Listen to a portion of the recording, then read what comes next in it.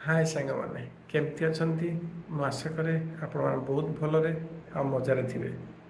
आज आम कथा हाँ किंबदंती सुनामधन्य hockey player field hockey player तांको आम कथा से होती मेजर ध्यानचंद सार विषय से जड़े उच्च कोटीर खेलाड़ी थे हॉकीर मैजिशियन ना भी समस्ते डाकती विजार्ड मेजर ध्यानचंद सार तांकर जन्मग्रहण 1905 अगस्ट 29 तारीख प्रयागराज उत्तर प्रदेश से होता।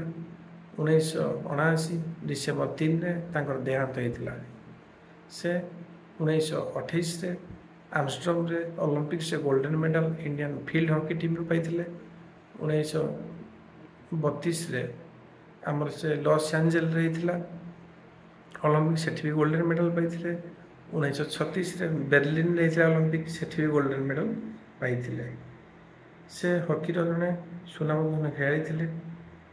आ 1934 मसीह वेस्टर्न एशियाटिक गेम्स भी हॉकी तरफ मेडल पाई गोल्डन मेडल। से पंजाब रेजिमेंट रे मेजर हिसाब से 14th पंजाब रेजिमेंट रे रही थे। पद्म भूषण भी से अवार्ड पाई। ना जदि मुझे किसी भूल कही क्षमा करेंगे आ जदि ठीक कही मत सपोर्ट करेंगे। Thank you please subscribe and share.